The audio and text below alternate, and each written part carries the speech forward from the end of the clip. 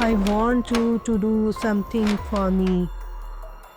Take a second and look at your own forearm. Look at the texture of the skin, the way it holds heat, the way it reacts when the room gets cold. Now, imagine that skin was removed 500 years ago. You had expected it to be parchment, dry, silent, dead.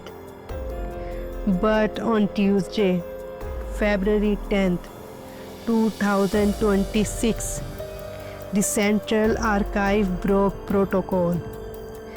They called me because they found fragment 7G fused to a steel cabinet in the lower walls. When I touched it, it was not just warm. It was 37 degrees Celsius. It felt like a living person's arm. But here is the part that kept me awake until dawn. We ran a DNA sequence on the tissue. The results did not match any known species in the historical record. In fact, the genetic markers suggest this animal, the source of this vellum, won't exist for another 200 years. We are not looking at a relic of the past. We are looking at a letter sent back from a future that has not happened yet. And the message written on it, it is starting to change.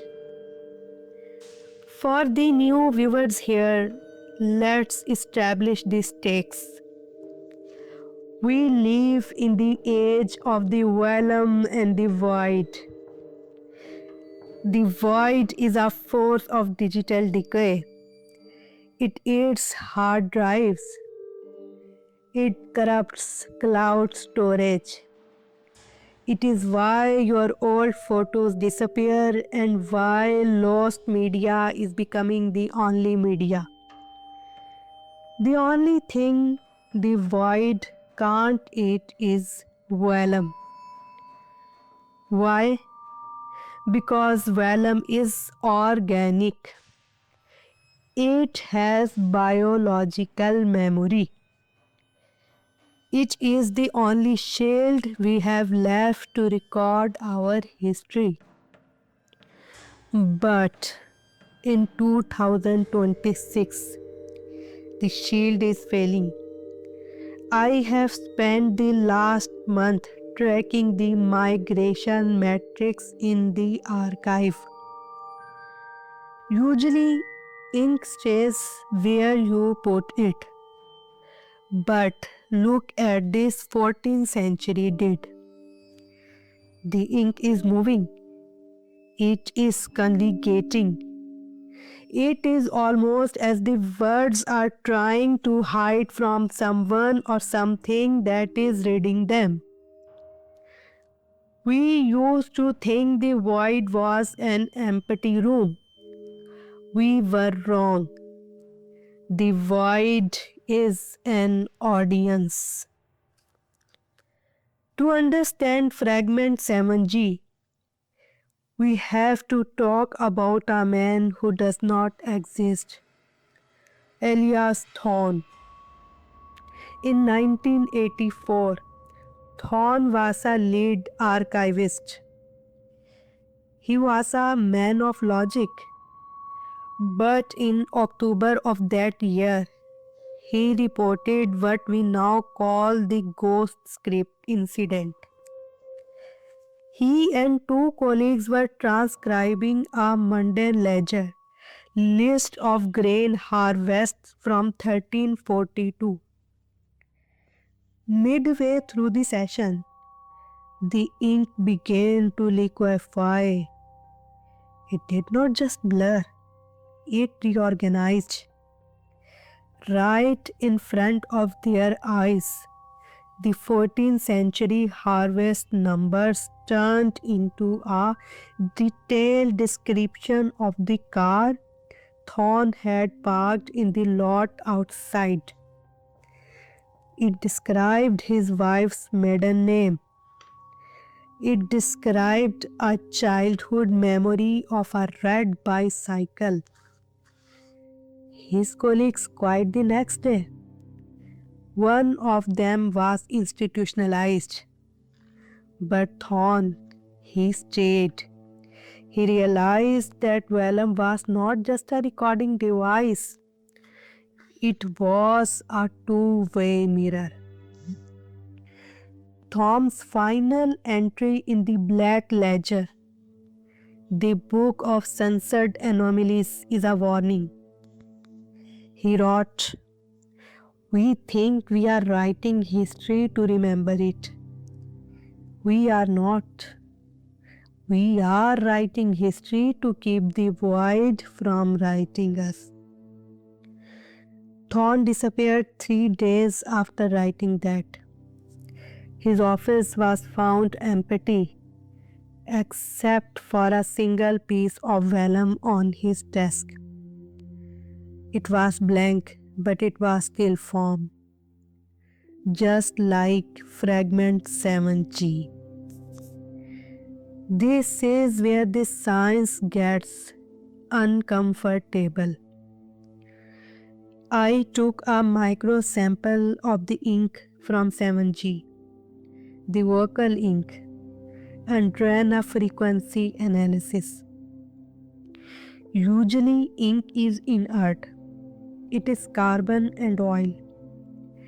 It should have no electrical signature. But the ink pulses. It has a rhythm. Specifically, it vibrates at 7.83 Hz. If you are into geophysics, that number should make your skin crawl. That is the human resonance. It is the electromagnetic heartbeat of the earth.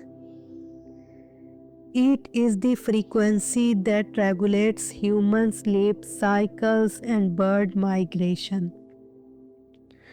Why would ink found in the dead void be turned to the frequency of a living planet? There is a theory, the subskin hypothesis. It suggests that the void is not out there in space. It is underneath us. Imagine Earth is a giant vellum scroll and we are just the ink written on the surface. The 7.83 Hz pulse is not the Earth's heartbeat, it is the void's appetite. And fragment 7G is proof that the page is about to be turned. I know how this sounds. It sounds like a ghost story. But look at the matrix. Look at how your own memory has felt lately. Shorter, hazier, less anchored. Yesterday, a post appeared on this channel's community tab. I did not write it. My team did not write it. The metadata shows it was uploaded from a terminal that was physically destroyed in 1994. The vellum is thinning. The shield is breaking. And the thing that Elias Thorn saw in 1984 is finally looking back at us through our screens. I have found a set of coordinates in Thorn's old notes. They point to a location 3 miles from where I am sitting right now. An old tannery that was sealed off by the government in the 50s. I am going there. I am checking a camera. If there is a video next time, if there is a video a few days later, we have found a way to bridge the gap. If there is not, then the void has finally finished the chapter. Check your own hands. Is the ink still where you left it? Don't let the page turn.